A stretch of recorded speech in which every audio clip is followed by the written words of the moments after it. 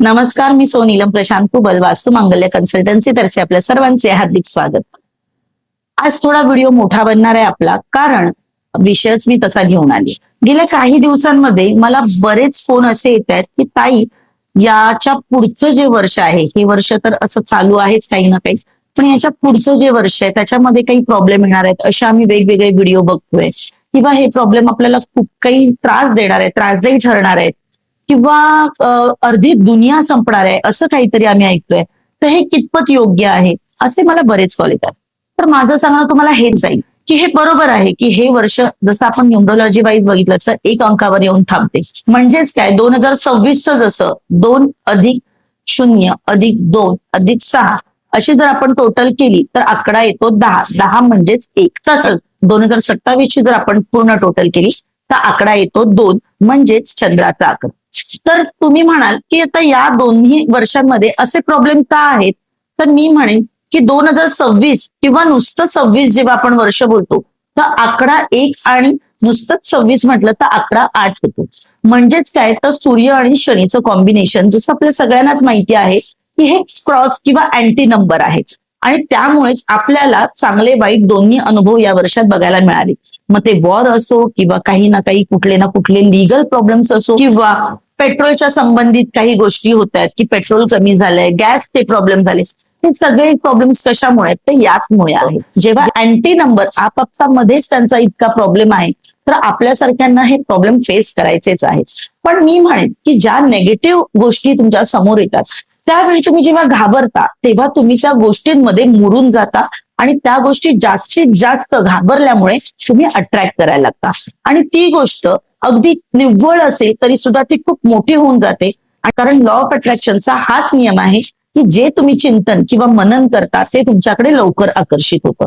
मग मी म्हणेन, जर अशा नेगेटिव्ह जरी गोष्टी होत असतील तरी सुद्धा अशा नेगेटिव्ह रील्स बघण्यापेक्षा किंवा अशा नेगेटिव्ह व्हिडिओ बघण्यापेक्षा आपण त्याच्यातून पॉझिटिव्ह काय घ्यायचं, म्हणजे याच्या पुढचं वर्ष 2027 तर आकडा बघितलं तर 2 आणि 9चं कॉम्बिनेशन येतं. म्हणजे 2027ची पूर्ण टोटल केली तर आकडा येतो 2, आणि जर फक्त 27 म्हटलं तर आकडा येतो 9.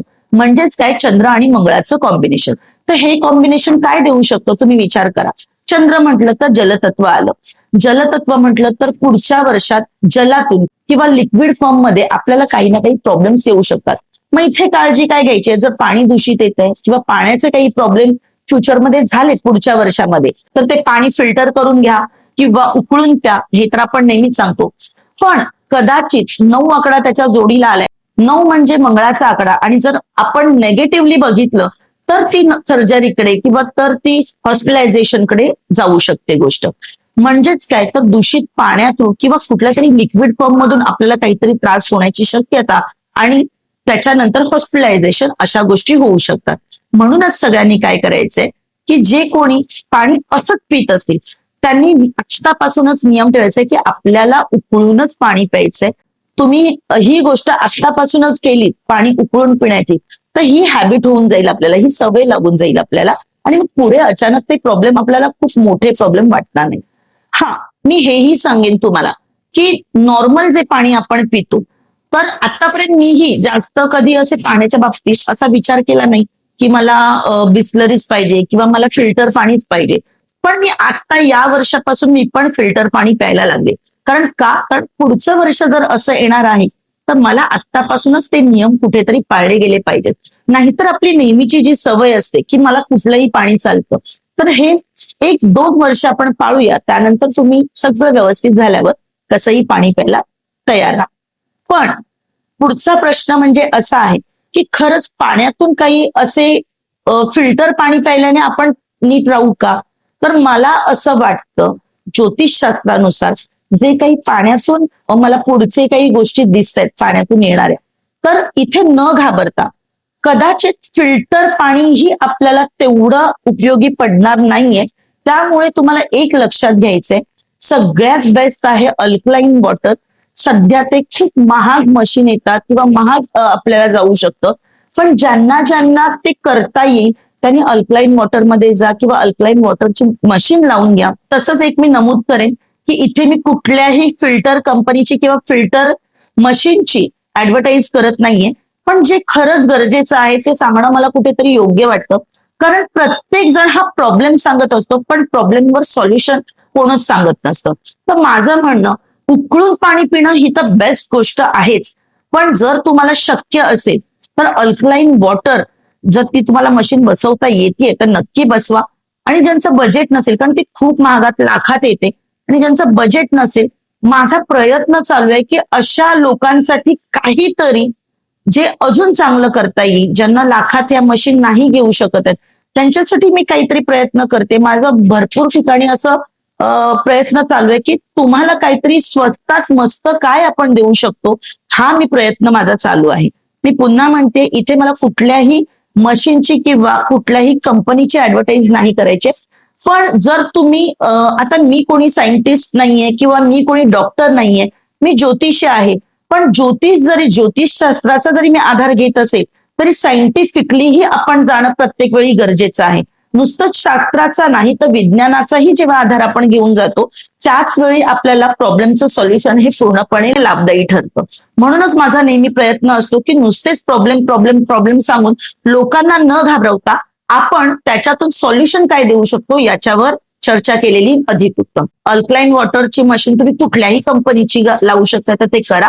नाहीतर अजून त्याच्यात काय करू शकतो आपण, त्याच्यावर मी नक्कीच विषय किंवा व्हिडिओ घेऊन येईन. आणि हे सर्व माझं करण्यामागे कारण पण हेच आहे की जर माझ्या माहितीमुळे किंवा माझ्या या व्हिडिओमुळे एखाद्याला खूप काही पुढे प्रॉब्लेम पुढच्या वर्षात होणार असेल आणि तो नाही झाला, नक्की तो माझ्याच व्हिडिओमुळे आहे की नाही मला माहित नाही, पण देव सगळं बघत असतो, देवाला सगळं माहितीये. पण त्याला निमित्त जर मी झाली ना, तर ते माझं भाग्य असेल असं मला वाटतं. म्हणून ही माहिती मी आज थोडा जास्त वेळ घेऊन सांगते.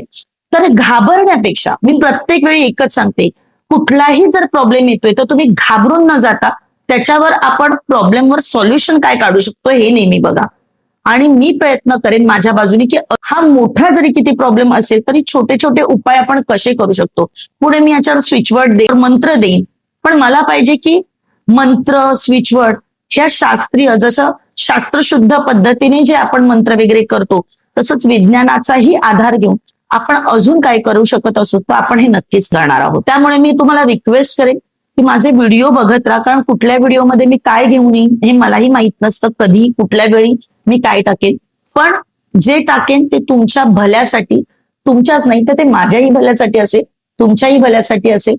कारण पुढचं आयुष्य काय आहे हे आपल्याला माहित नाही, पण ते कसं चांगलं करता येईल याच्यासाठी आपण सगळेच प्रयत्न करू शकतो. न घाबरता, घाबरायचं नाहीये. चुकीच्या व्हिडिओंना स्किप करून टाकायचे, नेगेटिव्ह व्हिडिओ दूर ठेवायचे. आपल्याला अजिबात चुकीच्या किंवा नेगेटिव्ह व्हिडिओ जवळ करायच्या नाहीयेत. आपण अशा व्हिडिओंना, किंवा जरी तुम्ही बघितल्या तर न घाबरता त्याच्यावर आपण काय सोल्युशन करू शकतो किंवा काय काढू शकतो हे करा. आणि चुकीच्या व्हिडिओ शेअर करण्यापेक्षा असे जे आपल्याला चांगली माहिती देतात किंवा आपल्याला त्याच्यामुळे काहीतरी चांगल्या गोष्टी आणता येतील, अट्रॅक्ट करता येतील, आपल्या आयुष्याला चांगलं वळण देता येईल, अशा व्हिडिओ तुम्ही शेअर करणं खरं गरजेचं असतं. चुकीचे 10 गोष्टी पसरवण्यापेक्षा एक अशी गोष्ट पसरवा ज्याच्यामुळे तुमचंही भलं होईल, तुम्हालाही पुण्य मिळेल आणि बघणाऱ्याला आणि त्या गोष्टी आत्मसात करणाऱ्याचंही भलं होईल. आणि हे सगळ्यांचं भलं झाल्यावर पुण्य हे आपल्याला लागणारच आहे, मग ते तुम्ही असो किंवा मी असो. तसेच या वर्षासाठी म्हणजेच 2026 आणि 27 साठी एक महत्वाची गोष्ट म्हणजे आपल्याला ऑनलाईन पेमेंट करण्याची खूप सवय लागली आहे. त्यामुळे आपण कॅश ठेवणं विसरून गेलो आहे. पण 2026 आणि 27 हे वर्ष असं आहे की तुमच्या घरात पुरेशी कॅश असणं गरजेचं आहे. कुठल्याही वेळी जर समजा आपल्याकडे लाईट गेली किंवा आपल्याकडे पुढे असे काही प्रॉब्लेम आले की त्याच्यामुळे नेट चालत नाहीये, तर तुम्ही ऑनलाईन पेमेंट करणार कसं? किंवा तुमच्या घरामध्ये ज्या गरजेच्या गोष्टी आहेत त्या तुम्ही आणणार कशा? त्यामुळेच इतकी कॅश तुम्ही ठेवणं गरजेचं आहे जी तुम्हाला वेळेला उपयोगी पडू शकते. कॅश नसल्यामुळे हात पसरायची वेळ नाही आली पाहिजे किंवा तुम्हाला असा गिल्ट नाही आला पाहिजे की अरे माझ्याकडे कॅश असती तर आज माझ्यावर ही वेळ आली नसती. त्याच्यामुळे ही उरलेली 1.5 वर्ष जी आहेत ती तुम्हाला कॅश तेवढी पुरेशी ठेवणं गरजेची आहे जेवढं आपला उदरनिर्वाह या 1.5 वर्षात होऊ शकतो. आणि तसंही जर आपण घाबरलो तर घाबरण्यासारखेच प्रसंग आपल्याकडे येतात. पण आपण हसत मुखाने आलेली गोष्ट जवळ केली तर नक्कीच आपल्याला प्रत्येक गोष्टीतून मार्ग मिळत असतो. मग सगळ्या वाईट गोष्टी ही चांगल्या गोष्टीमध्ये परिवर्तन होत असतात. तर हे करा. आणि तुम्हाला आजची ही माहिती कशी वाटली हे मला नक्की सांगा. व्हिडिओ थोडा मोठा झाला हे मलाही कळतंय, पण हा विषय थोडा गंभीर असल्यामुळे मला वाटलं ही माहिती द्यावी. आणि आहे त्या आता कामातून आले आणि आज खूपच फोन आले, त्याच्यामुळे मला आहे त्या अवस्थेत मला हा व्हिडिओ करावा लागला. पण ही माहिती जर कोणाचं आयुष्य बदलू शकत असेल, कोणाच्या आयुष्यात चांगलं परिवर्तन घडवणार असेल तर नक्कीच ही व्हिडिओ त्यांना शेअर करा. जे छोट्या छोट्या गोष्टींचं खूप टेन्शन घेतात किंवा छोट्या छोट्या चुकीच्या गोष्टींकडे नेगेटिव्हिटीकडे अट्रॅक्ट होतात आणि मग त्या चुकीच्या गोष्टींवर विचार करत बसतात.